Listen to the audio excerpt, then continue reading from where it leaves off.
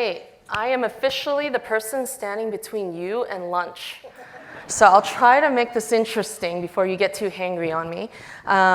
But you know, we're in this really interesting place in the world where maybe one of the only good things out of the pandemic is that all the businesses around the world finally realized the need for good user experiences. And so they started investing in design. So congratulations to you for getting the budget to be here in beautiful Lisbon at this great conference. And also congratulations to you because your companies are now seeing your value. But what that also brings on the flip side is an incredibly tough market. If you're trying to hire right now, so is everybody else. It's incredibly difficult to find talent, and if you're not one of the big, well-funded companies, you don't have a big brand name, you don't have a well-known design leader or culture, it's really, really hard to get people to join your company or your government agency. So that's really what I'm here to talk to you about today is let's take that picture and turn it on its side. We keep looking at this problem of, all right, let me just put out more job postings. Let me put out more job postings in more locations. Let me put out more levels of job postings from senior to mid to junior. But why don't we actually take a look at the problem and reframe it on its side? If you can't find talent, the problem with that is there's not enough design talent out there. There's not enough design education. There's not enough mentorship, growth, and investment in growing the designers that could be, the designers that are, and the designers who decided they want to become product managers, like Christian. And actually, Christian, I loved your talk. You're my job twin. Currently, I am a startup founder at a company called Mi Salud. We are closing the health equity gap for Hispanics, Spanish speakers in the US. And my title is Chief Product Experience Officer, because I grab product managers, I grab designers, I smash them together. They had a headache, but they enjoy working on these problems that we have. So when we think about reframing the problem, these are problems that I've dealt with across the last 14 years, building early career entry-level design programs at companies like startups in Latin America and Southeast Asia, at large agency consultancies like Publicis Group and Publicis Sapient in particular, across Europe, India, and North America. And then also at Amazon, this tiny little company you might have heard of. They do a few things, and we really focused on building and reframing the problem for talent and taking that in-house to develop and nurture that talent from the ground up. So across all of these different types of companies and all these experiences I had, I'm actually just going to walk you through basically 3 case studies to share with you kind of my insights on that and hopefully leave you behind with a framework, maybe a little inspiration bubble to take back to your team, to your leads, to your bosses, or to develop yourself and start these programs and just completely change our industry and the problems that we're having in hiring. So in 2013, I started my first startup. It was called Wiseline, and we were based in San Francisco and Guadalajara, Mexico.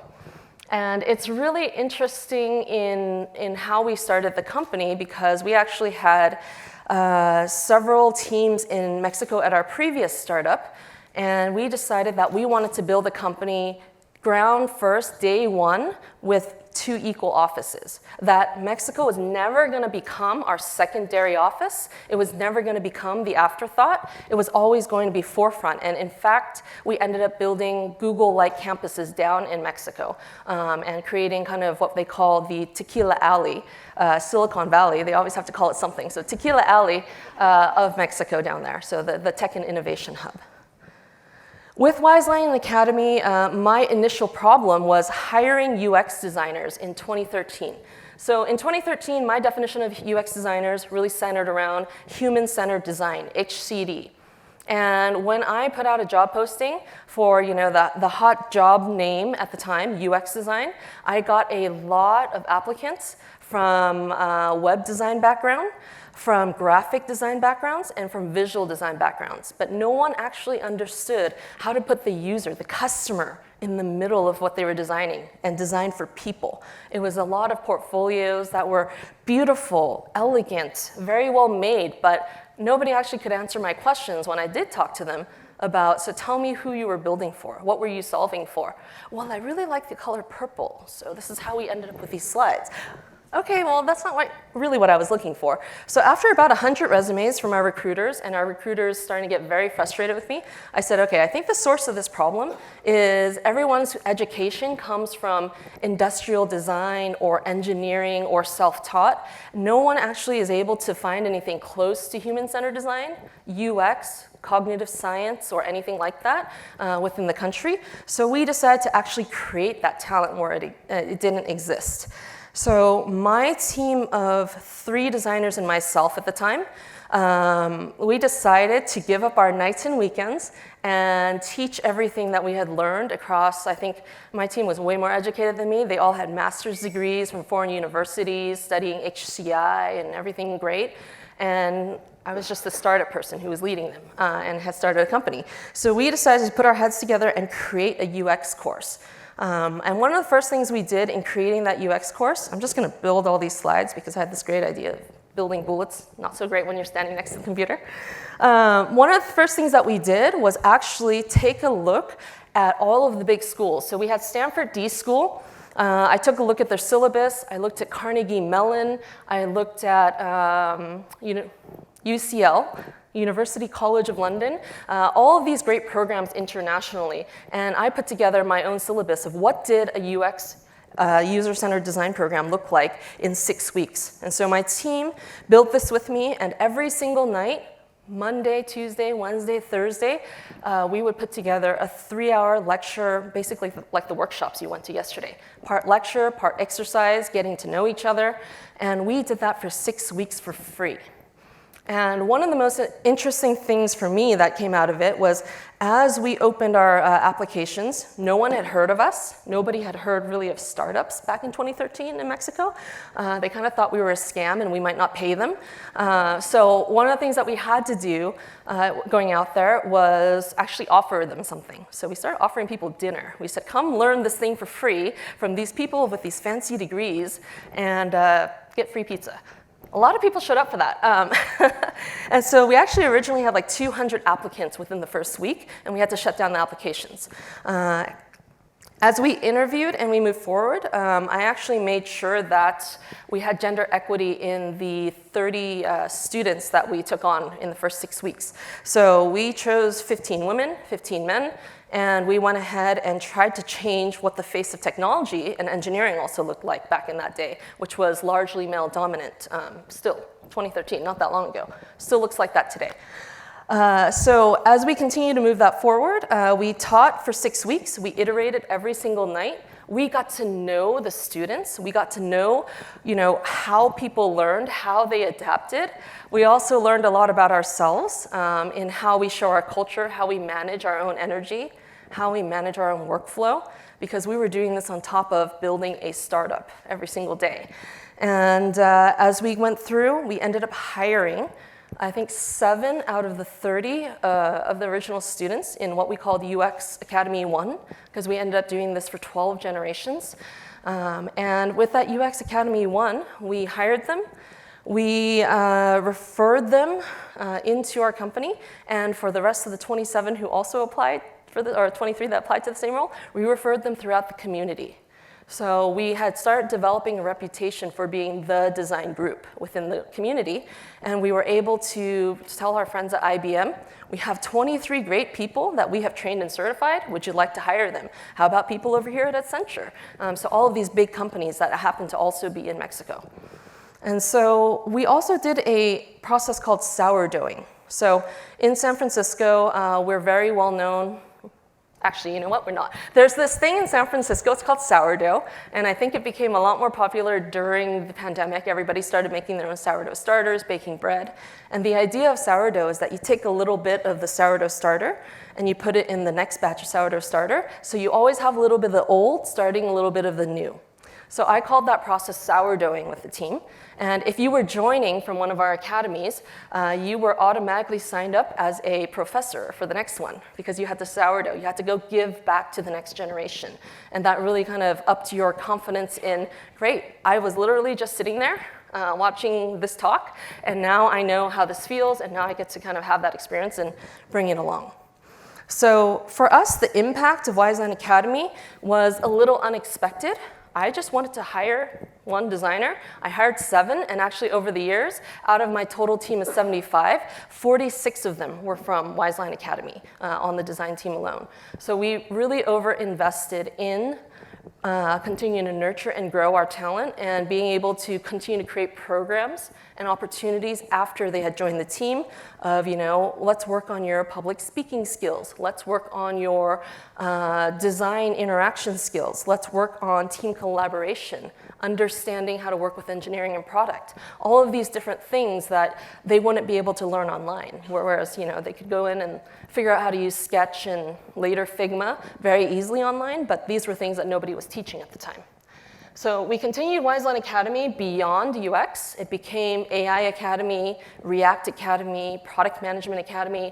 Later, there was a Women in Leadership Academy, but it really had an unusual impact on our brand and reputation as a company. People saw us as the learning company, the one that actually invested in people, which was very different than all the other companies at the time. And it really improved our team career tenure. So on average, most people stick around a startup, I think 1.7 years if you're in Silicon Valley, and about 2 to 4 years if you are in Mexico. And what we saw was people were staying 6 or 7 years. This was 2013. Up until last year when we sold the company, there were still about half of the original UX team that had graduated from the academies at the company. So it was a lot of unusual impact and benefit for us. And then, as I mentioned, we became the learning company, which everyone recognized, and that gave us a really good opportunity to kind of have a first look at a lot of people out there as talent who normally would be overlooked in any interview process because maybe they couldn't immediately pass the coding challenge, they didn't have the right bullets on their resume, but we gave everybody an opportunity to kind of show up and show us who they were, how they learned, and how they could fit with our teams. So from the startup perspective, this sounds jolly and good. We were a startup, we were working hard anyway, we gave up our nights and weekends. Just to be clear about that, my team got their nights and weekends back. We actually counted up the hours and gave them extra vacation days to make up for it. And then on occasion, depending on kind of number of hours that somebody taught, we started giving out special gifts, like one team member, when he hit 100 hours of teaching and mentorship, we gave him an iPad, which was super exciting for him because it was the first time he had something that he could draw on. So there are different ways to consider how to incentivize your team and motivate them, but definitely this is not free work, even though it looks and feels like that. So next up, I worked at a company called Publicis Group. And they owned a subsidiary called Publicis Sapient in the United States. And Publicis was really interesting to me because I had never been at a big company. This was after my startup life. I went into this huge company. It was 20,000 people around the world. I had a team of 1,000 designers across 32 cities in my organization. And I reported to the chief experience officer. And one of the programs that they already had existing was, at like any agency, they had an art school connection. Anytime it was time for graduation, they would be working with the art schools and taking a look at the portfolios, bringing in different directors and VPs to do a final design review of everyone's portfolio as they're graduating, and then hire directly from the art schools. So agencies, you might kind of recognize that. It's more creative, and they don't often let the designers own what is called strategy, which is, I think in the tech world, strategy is like product management, product design, all of that fits together, but they keep it very separate. So our job was to actually transform the entire design culture from one of being creatives to more of a product design culture, to a culture of thinkers. And so one of the ways that I decided to mimic that was, in an agency, it's much different than joining a technology company or in-house, because you come in, these 4 people, maybe you don't know each other, you join this new company, you are now magically thrown together on a client project where you may not have camaraderie, you don't know each other, you don't know the client, you don't know the goals, you don't know what was sold, but there you are, magic, that's your job now. So we decided to mimic that chaos with our interview process and who we were looking for. So instead of a hackathon, which engineers typically have, we had a make-a-thon, We brought in 30 candidates from the different schools, and we actually broadened up the art school definition to also include all of these modern universities like the University of Toronto, who have UX majors today. And so we brought in all of these folks, and 30 of them showed up one day for an interview, and they didn't know what they were coming in for. They thought maybe, hey, we have this project, they're gonna put us in rooms, and people are gonna interview us for the next 4 hours. Nope, we put them in groups of 4, dropped them in rooms, gave them a prompt, and then put one of our managers as mentors into the room to observe. And over here, my super boring spreadsheet, this was actually the rubric that we were grading on from the mentorship perspective. So in the group, we wanted to know how people are qualifying as, hands-on makers, who could actually just dive in and say, you know what, I'm just gonna draw that wireframe up real quick so that we can have something to present at the end. Who was curious, asking questions rather than making broad assumptions. Who was the leader, who was clearly driving the team, helping break decisions, helping move it forward, taking a stand. And ethical, which was very important to us in making ethical decisions for our team members and for our clients. Who's considering the impact to not only the user and the business, but in the sense of an inclusive world. What were the ethical considerations of building what they were? And then collaboration. Were they team players? Because if you want to be a solo rock star, an agency where you're put on client projects is not the place for you. And so that was something we looked very closely for. And also their final presentation, when they present it back to the judges about the project. So this helped us really see how they might operate in this real world situation of being at an agency consultancy, being put on live projects, because we felt a lot of these things, leadership, collaboration, curiosity, we couldn't teach. We can teach you to do wireframes. We can teach you to do user research. We can teach you a whole bunch of things, but if at core, you're not curious, you're not a leader, you're not ethical, or any of these things, we didn't think it would be a fit because we don't have the time and space as an agency to be able to train you on those things. And so as we went along with the Publicis Group project, I kicked off the onboarding for the people that we selected. And that onboarding was a 4-week academy. So back to my Wiseline Academy model, I kind of brought that over. I actually invited some of my old colleagues from Wiseline to come in and teach courses like the Business Canvas model, actually which I taught, because it really gave a new kind of more product business perspective into the designers' minds. And they were going to bring something new to the clients. Objection handling, which for those of you who for some reason may have come from sales, is a very common tactic. When you're trying to sell somebody something, they have an objection, and you can handle that by kind of smoothing it over and continuing the conversation. Oh, I already have that, but do you have the newest, shiniest one? Oh, it's really expensive, but we have payment models. So this is objection handling. And if you think about working with a client, working with a stakeholder, you have to actually convince them. You have to sell them something. And going back to Bern's talk, you have to sell it to them well. So what are common objections you might see, and how do you handle that? These are things that we can teach and get you ready for. And after they kind of graduated from their onboarding, we just threw them into projects, which, going back to this agency model, one of the things that happens at agency, if you've been at one, every single hour of your life there is billable. Everything comes down to the margin that you make for the company, how much they charge for you versus how much they pay you. So that little margin is how you are gauged as a human being. It's wholly depressing. You are a spreadsheet dollar sign or euro symbol or whatever. And that was actually something that worked out for the company, because when you think about it, bringing in new grads, they're fairly inexpensive.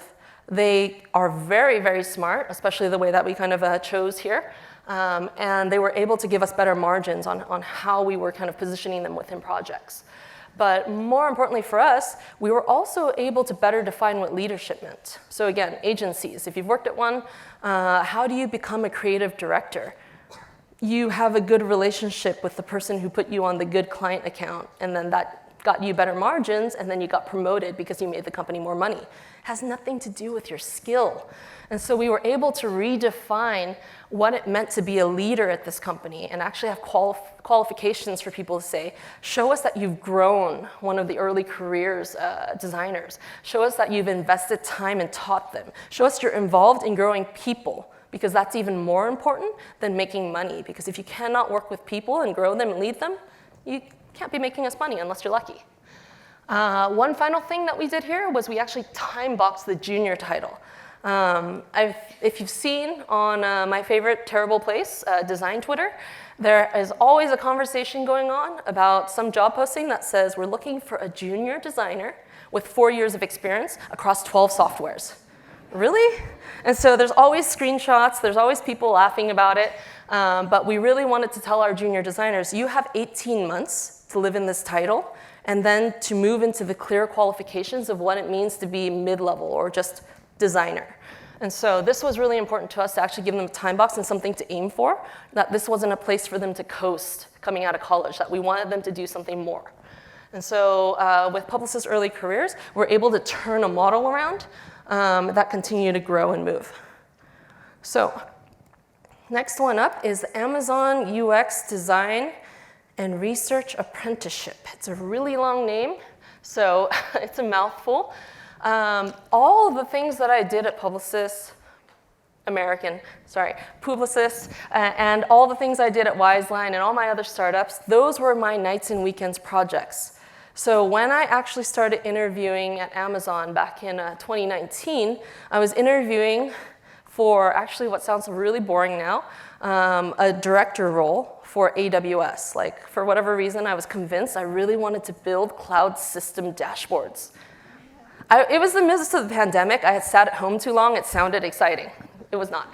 And as I interviewed there, part of the interview process was, tell us a project case study about something you're really, really proud of. I didn't tell them about a digital product. I told them about Wiseline Academy.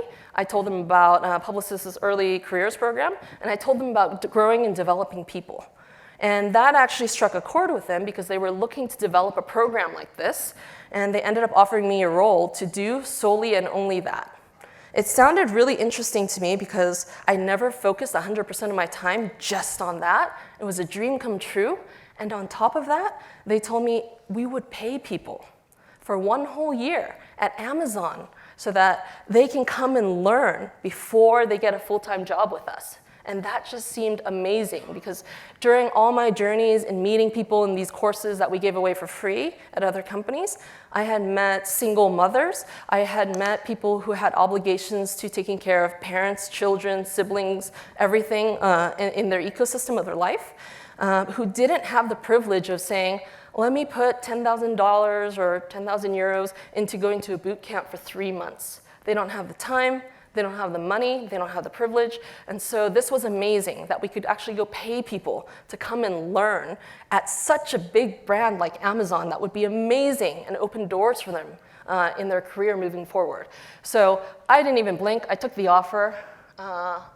It was a great company, but in hindsight I should have dug a little deeper because I'm here now doing other things.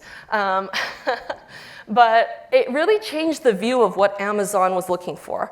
So Amazon, like any big tech company, they hire people from the best top-tier universities. They hire people with the best degrees in very relevant HCI, computer engineering type roles. And they don't often have a diversity of thought and experience. So Amazon was cognizant of this. They build a lot of consumer experiences, the Kindle, Alexa, and other things like that, and they really wanted to change what that looked like for them. And so they realized that being able to bring in people with different backgrounds, different education, different experiences from places around the country that were not just Seattle. I think something about, if somebody told me they were from Seattle here, there's something in the air.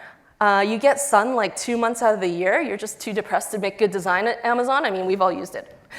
So they were really looking to bring in people from around the country and really change that model. And so that's really what we focused on, is taking that group in, training them for a year, and then actually hoping for a long-term view that in 4 years at Amazon, they would grow their careers to be that next generation of senior designers. So within this long-tail 4-year cycle, we would be able to change the accessibility, the inclusiveness, and just the innovation within Amazon's consumer products, simply based on the people that we brought in that were different that were coming in without that big degree background. So some of the stories of the apprentice I hired, it starts with the 7,000 applications I received in 1 week, because big name, everyone applied. We had to shut it down really fast. And as we were looking at who we could hire, the question came down to, what can we not train? That's the question that kept coming back to me from Publicis Group, from Wiseline. What can we not train for? What is innate in people? And Amazon lives by leadership principles, and one of them is customer obsession. So we always put the customer at the center of everything.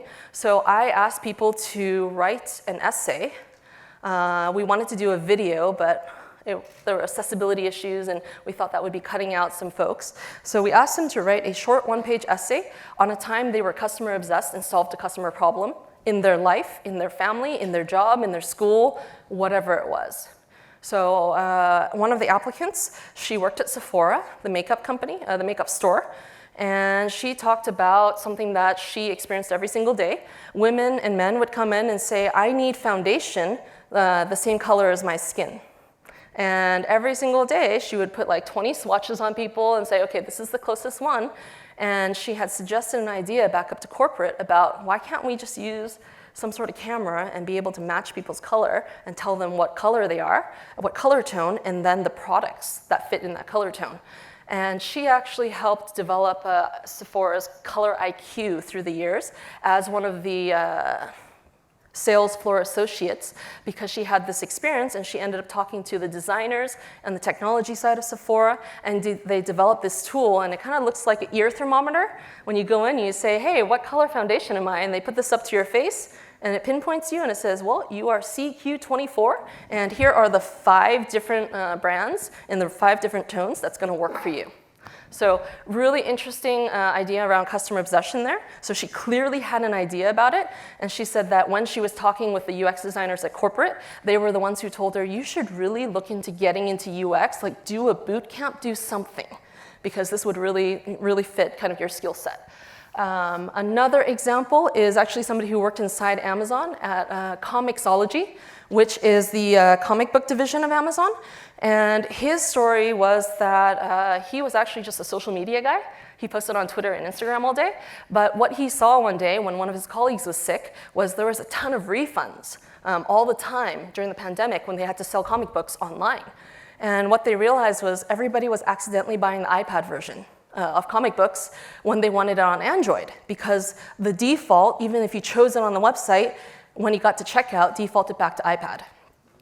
And so he went to the tech team, reported it, they updated it, and their refunds went down from 65% of orders of comic books that go across iPad and Android down to the normal 3 to 4%.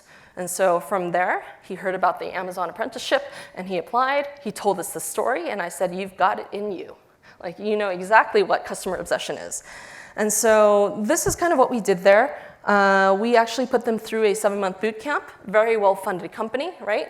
So we actually bought a boot camp and had them train the 32 apprentice, as you can see here, for 7 months. They went through normal boot camp working hours with us. This was all remote because it happened in 2019, 2020. And after that, they went through 4.5 to 5 months of on-the-job training, which was actually being placed across different Amazon teams so that they could work on real products, develop a real portfolio with something they launched, and then go through their graduation interview, which was basically, let's just see if you're ready to come in full time. Since then, we've inspired a lot of other tech companies, Pinterest, Google. I've talked to a lot of other companies like VMware, offering my time.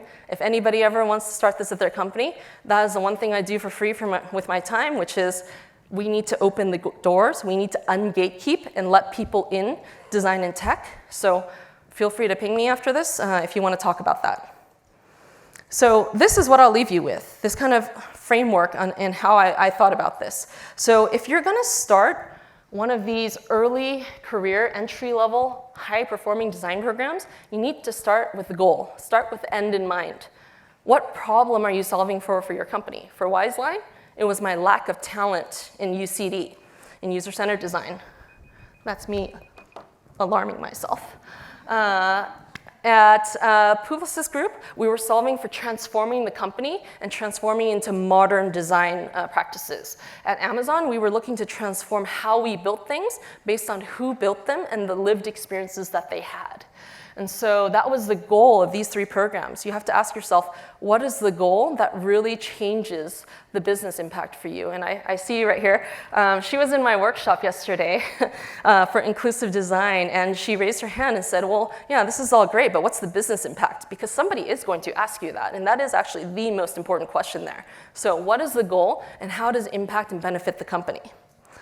Second, in hiring, I talked a lot about what you cannot teach. So what can your team teach? Meaning, what's important as a skill set within your company? If you're an agency, a consultancy versus in-house. I have high regard for people from agency consultancy because, wow, you all can talk way better than my little in-house friends over here. All my in-house teams have just been, kind of presenting things and saying, this is it, this is it. Whereas when I have people coming from agencies and consultancies, they clearly explain how this impacts the entire ecosystem of engineers, the users, the business. And so you have to ask yourself, what's important to your team? Is it that communication? Is it that collaboration? Are you a remote-first company and you need somebody who's actually had that experience and has that kind of self-starting attitude? Figure out those things, interview for them. So find out how you can filter for the things that you absolutely need, and the rest of it you can teach. And when I say teach, you can teach. Certainly, it would be great if you had team members who were going to raise their hands and either volunteer or get put on a 25% project to be able to help this and either be a mentor, a coach, whatever it is. But there's also a lot of programs out there. If you take a look at Coursera, Google has a UX design certificate. It's an excellent program. It's very well thought out. It's totally free, and it can start anytime. So you could hire somebody, teach them yourself through your team, or you can hire somebody and put them through this program as a requirement as part of their job. So training is super easy and accessible these days. You don't have to do what I did, which was try to create your own master's degree. Actually, speaking of that, with Wiseline Academy, because there had been no degrees related to UX or anything like that in Mexico, a couple of years in, I actually got licensed and did all my work to become a professor, and we created a master's degree in one of the universities in Mexico for human-computer interaction. So something we're super proud of is actually having changed the face of the community that way. So continued growth and conversion. Some places like Publicis Group, we actually hired people full-time. That was your job. You weren't going to get unhired. But with Amazon, while we paid you for a year, there was still kind of a bar that you had to jump over at the end. With Wiseline Academy, it was more just we were training everybody for free, and sometimes there would be jobs. But the question for you is, how are you going to convert people? And what is that bar for success? You need to be very clear with that up front. It cannot be a moving target, because that's how you demotivate and harm creating equitable groups and programs. And so you have to define what is mentorship to your company. Many people will raise their hands and say, hey, I want to mentor people. But you know what? Being able to mentor people versus actually having the skill to do it, 2 completely different things. So it's something you actually have to train for. Another way to think about mentorship is maybe you have those people who want to become a manager, but they haven't had the experience within your company. Your seniors, your leads, that's a great population to actually set afloat as the mentors for people in early career programs, because then they get to show you as a manager or a leader that they can actually grow people as well. And then finally, impact. What other impact? And this goes back to goal, which is go tell your company what the +1 is. Everybody's going to be talking about it. You end up in the news. People love your company's brand and reputation.